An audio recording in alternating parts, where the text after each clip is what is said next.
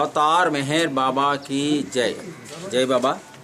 నేను అవతార్ మెహర్ బాబా శ్రీకాకుళం కేంద్రం సెక్రటరీగా పనిచేస్తున్నాను. నన్ను సుధాకర్ గారు అవతార్ మెహర్ బాబా ఫోన్లోకి ఎలాగొచ్చావు నన్ను ప్రశ్నకి జవాబు చెప్పమన్నారు. అందుకు గాను నా విషయాలు ఈ విధంగా ఉన్నాయి. నా పేరు పివి రంగప్రసాదరావు. శ్రీకాకుళం నా జన్మస్థలం. నా ఎడ్యుకేషన్ శ్రీకాకుళంలో చదువుకున్నాను. విజయనగరం ఎంఆర్ కాలేజీలో చదివాను. తర్వాత కమర్షియల్ ట్యాక్స్ డిపార్ట్మెంట్లో జాబ్లో జాయిన్ అయ్యాను. నేను కమర్షియల్ ట్యాక్స్ డిపార్ట్మెంట్లో 1975లో మొట్టమొదటిగా జాయిన్ అయినప్పుడు శ్రీకాకుళంలోనే నేను జాయిన్ అయ్యాను. అదే సంవత్సరంలో నా ఆత్మీయ స్నేహితుడైనటువంటి సన్యాసిరావు ద్వారా మెహర్ బాబా పేరు మొట్టమొదటిసారిగా విన్నాను. శ్రీకాకుళం కేంద్రం ఉందని, ఆ కేంద్రంలో కార్యక్రమాలు జరుగుతున్నాయని నన్ను రమణమని ఆహ్వానించేవాడు. కానీ 75 నుంచి వస్తానని చెప్పాను, కానీ 83 వరకు ఆయన చెప్పిన విధంగా నేను వెళ్ళలేకపోయాను. ఆ 75 తర్వాత నాకు ఒక సంవత్సరం అయిన తర్వాత సాలూరు ట్రాన్స్ఫర్ అయింది. నాతో పాటు మా స్నేహితుడు సన్యాసిరావు కూడా సాలూరు వచ్చాడు. ఇద్దరు మళ్ళీ సాలూరులో ఆయన అవతార్ మెహర్ బాబా కార్యక్రమాలు సాలూరులో చేసినప్పుడు నన్ను అక్కడికి కూడా ఆహ్వానిస్తుండేవాడు.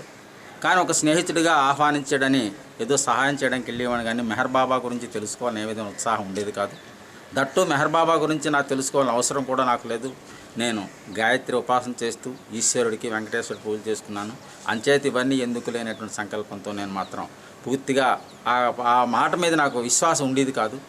అయితే అలాగ కొంతకాలం గడిచి ఆ స్నేహం పెరిగి నన్ను ఆనాడు కార్యక్రమంలో పాల్గొనమంటే పాల్గొని వీళ్ళు చేసే పాటలు సంకీర్తనలు విని ఏదో కొంచెం వరకు ఇది ఆధ్యాత్మికంగా మంచిదేమో అనిపించింది, కానీ నాకు విశ్వాసం లేదు. అయితే ఆ సంవత్సరంలోనే 1982 అనుకుంటాను, 82లో చింతామణి గారు వీళ్ళందరూ కలిసి నన్ను మెహరాబాద్ బస్సు వేస్తున్నాం, నువ్వు వెళ్దుగాని రా నన్ను ఆహ్వానించారు. అప్పుడు బస్సుకి 300 రూపాయలే ఉండేది. 10 రోజులు భోజనాలతోటి పూనా షిరిడి అన్నీ చూపిస్తామని చెప్పడంతో బొంబాయి షిరిడి పట్నం అన్నీ ఉన్నాసి ఆ బొంబాయి చూడాలనే సంతోషమే, కానీ మెహర్ బాబా నాకు అప్పుడు కూడా లేదు. ఆ సంతోషంతో సరదాగా అందరితో కలిపి ఎంజాయ్ చేద్దాం అనేటువంటి ఉద్దేశంతో మెహరాబాద్ వాళ్ళతో పాటు బస్సులో ప్రయాణం అయ్యాను. వెళ్ళిన తర్వాత మెహరాబాదు సమాధి దర్శనం చేసుకునేసరికి నాకు ఒక విధమైనటువంటి ఏమో చెప్పలేని ఒక ఆనందం అనండి ఏమనండి, కానీ ఒక నమ్మకం విశ్వాసం కలిగి చాలా పవిత్రత, ఒక చెప్పలేనటువంటి ఆనందం కూడా నేను అనుభవించాను. అది ఏమిటో అన్నది నేను ఇప్పటికీ అర్థం చేసుకోలేదు. ఆ తర్వాత బాబా కార్యక్రమాల్లో ఎక్కువగా పాల్గొనే అవకాశం కుదిరింది. ఆ తర్వాత అక్కడి నుంచి విజయనగరం ట్రాన్స్ఫర్ అయింది. విజయనగరంలో ఈ చింతామణి గారే నన్ను మా ఇంటికి పిలిచి వాళ్ళ ఇంటికి రమ్మనమని మీ ఇంట్లో మెహర్ బాబా కార్యక్రమం పెట్టని ఆహ్వానించారు. ఆ రోజు మెహర్ బాబా కార్యక్రమం మా ఇంట్లో పెట్టమన్నతోటి అలాగే అని చెప్పి, అంటే బర్త్డే జన్మదిన కార్యక్రమాలు అవి అమరతిథికి వెళ్ళి వచ్చిన తర్వాత జన్మదిన కార్యక్రమాలు జరిగినప్పుడు మా ఇంట్లో ఒక రోజు పెట్టాం. అక్కడి నుంచి నన్ను ఇన్వాల్వ్మెంట్ ఎక్కువగా ఆయన చింతామణి గారు ఈ కార్యక్రమం నేను కమర్షియల్ ట్యాక్స్ డిపార్ట్మెంట్లో పనిచేయడం వల్ల ఈ పని ఉంది ఆ పని ఉంది చెప్పి అన్నిటికీ ఆహ్వానిస్తూ నా చేత వర్క్ చేయించాలని చూశారు. మళ్ళీ ఆ తర్వాత అక్కడి నుంచి సాలూరు నాకు ట్రాన్స్ఫర్ అయింది. సాలూరు ట్రాన్స్ఫర్ అయిన తర్వాత సాలూరులో అప్పుడు వీళ్ళందరూ వచ్చి మీ ఇంట్లో సెంటర్ పెడితే బాగుండు, సాలూరులో సెంటర్ లేదన్నారు. అప్పుడు 1982 అనుకుంటాను, 82లోని అప్పుడే అక్కడ కేంద్రంలో సెంటర్ ఓపెన్ చేసి మా ఇంట్లోనే సెంటర్ ప్రారంభించాం. అప్పుడు డి శ్రీనివాసరావు తర్వాత వీళ్ళందరూ కూడా అప్పుడు మన వివిఎల్ఎన్ ప్రసాదరావు గారు కూడా ఉండేవారు. ఆయన కూడా వచ్చి ఈ కార్యక్రమాల్లో మమ్మల్ని అందరినీ ఇన్వాల్వ్ చేస్తూ అందరికీ బాబా విషయాలు చెప్తూ ఉండేవారు. అలాగా కొంతకాలం గడిచిన తర్వాత అక్కడి నుంచి నాకు మా ఫాదర్ చనిపోయిన తర్వాత శ్రీకాకుళం నుంచి రాజాం ట్రాన్స్ఫర్ అయింది. మా నాన్నగారు 1983లో పోయారు. ఎలాగ పోయారంటే అదే బాబాని ఇంకా దగ్గర చేయడానికి 1983లో మేమందరం ఒక బస్సు వేసుకుని నాగార్జున సాగర్ బయలుదేరి వెళ్ళాం.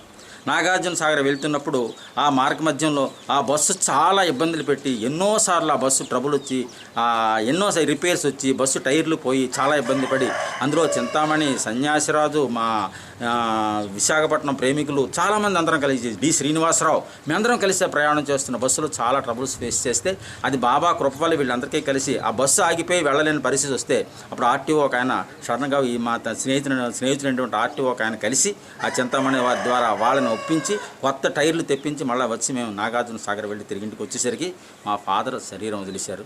అప్పటికి 3 రోజులే మా నాన్నగారు చనిపోయారు. అది నాకు తెలియని విషయం. దాంతో నేను ఒక్కసారి షాక్ అయ్యాను. మా నాన్నగారు చనిపోయిన 3 రోజులు జరకు నాకు విషయం తెలియక బాబా కార్యక్రమంలో ఇన్వాల్వ్ అయ్యాం. మేము కొవ్వూరులో కూడా ఆ కొవ్వూరులో ఎప్పుడైతే బాబా ప్రేయర్ చేసినా అదే సమయంలో మా నాన్నగారు పోయారేమో అని ఆ కారణం వల్లనేమో విపరీతమైనటువంటి బాధ దుఃఖం నాకే కాదు, నా భార్యకు, మా తమ్ముడికి, మా ఇంట్లో మా పిల్లలకు కూడా అందరూ కూడా ఒక్కసారి ఎందుకో చెప్పలేని ఆవేదన కలిగింది. అదే టైంలో మా నాన్నగారు పోయారు. ఆ తర్వాత మా నాన్నగారు పోయిన తర్వాత వెంటనే రాజాంలో నుంచి అక్కడి నుంచి మా ఇంటికి నేను ఇంట్లోనే సెంటర్ పెట్టుకొని ప్రతి వారం కార్యక్రమాలు చేస్తుండేవాళ్ళం. ఫైనల్గా ఏంటంటే నాకు ఆ సంవత్సరం బాబా జన్మదిన కార్యక్రమాలు మా ఊర్లో సిగడాంలో చేయాలనే సంకల్పంతో ప్రారంభించాం. ఆ సంకల్పం నుంచి ఆ ముందు రోజు 1984 సంవత్సరం అనుకుంటాను. ఆ సంవత్సరం కార్యక్రమాలకి మేము ఏర్పాట్లన్నీ చేసుకునేసరికి ఆ రోజు మరుసటి రోజు ఫిబ్రవరి 25 తెల్లవారుజామున నగర సంకీర్తన, పేదలకు అన్నదానం, ఊరేగింపు అన్ని కార్యక్రమాలు. పల్లవరాజును కూడా పల్లవరాజును ఆహ్వానించాం. ఆయన వచ్చాడు.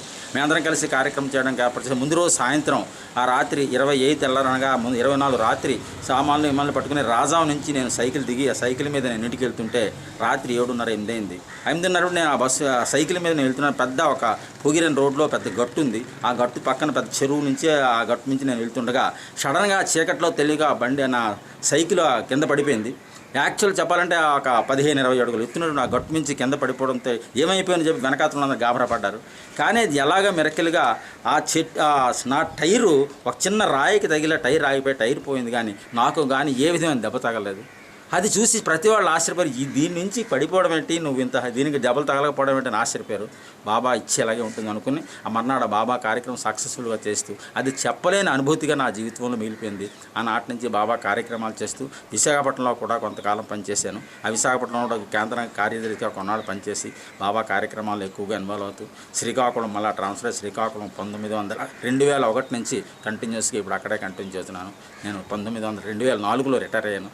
నా జీవితం అంతా బాబా కార్యక్రమంలో జీవితాంతం చేస్తూ ఆయన సేవ చేస్తూనే ఇక్కడ ఎన్నో శ్రీకాకుళం కార్యక్రమాల్లో రెగ్యులర్గా పార్టిసిపేట్ చేస్తున్నాను. ఈ విధంగా బాబా నా జీవితాంతం ఇటువంటి అవకాశం ఇచ్చి ఇంకా మంచి మంచి కార్యక్రమాలు చేయించాలని ఆయన నాకు అవకాశం ఇవ్వాలని హృదయపూర్వకంగా బాబాను వేడుకున్నాను. అవతార్ మెహర్ బాబాకి జై.